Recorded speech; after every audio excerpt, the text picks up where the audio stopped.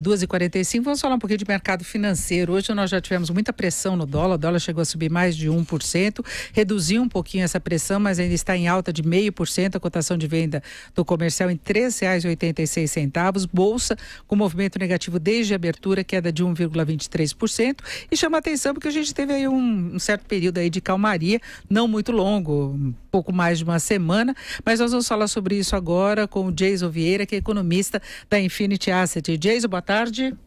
Boa tarde, Denise. Bom, Jason, o que explica essa movimentação toda? Porque a gente tem tantas incertezas no exterior e aqui no Brasil, fica complicado definir o que mexe mais com o mercado, não é? Hoje nós temos um pouco do resquício de ontem em relação ao Federal Reserve.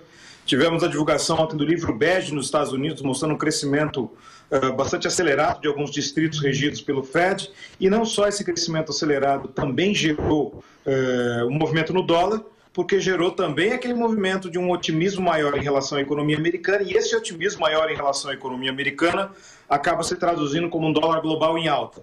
O dólar abriu em alta hoje, as bolsas abriram todas em quedas em nível internacional, aliviou um pouco, mas o contexto ainda também tem os balanços corporativos no meio, Trump lá fora, eleições aqui, tudo acaba mexendo um pouco com o mercado.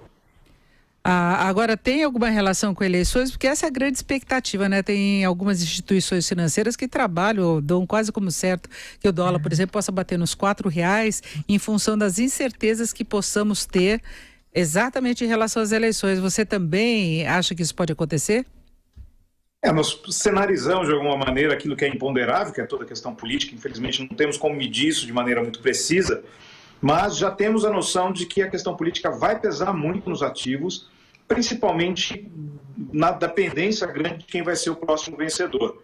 Os temores é de que um candidato que não tenha muito compromisso com a questão fiscal seja muito problemático para o mercado, realmente avance o dólar acima das faixas de R$ 4, e um candidato, não digo pró-mercado, a gente está muito mais dizendo um candidato pró-reformas do que pró-mercado, que é o que é mais importante. Esse candidato vencendo, a tendência seria dos ativos terem uma melhora considerável no Brasil.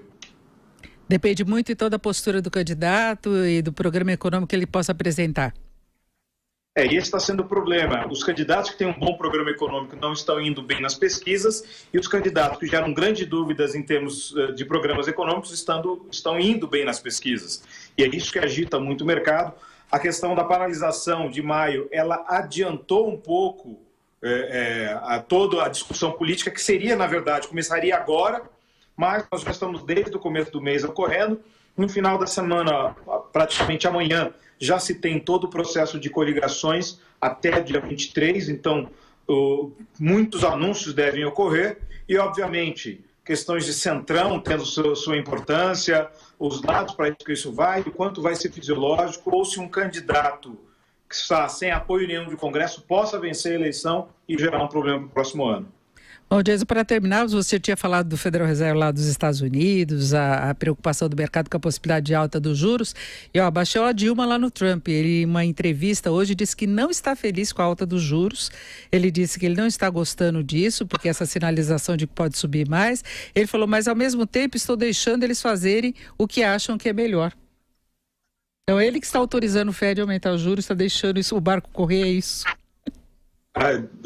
Denise, eu tenho medo que se ele começa a dilmar a economia lá, vai ser um problema, porque ele já vem dilmando alguns pontos da economia.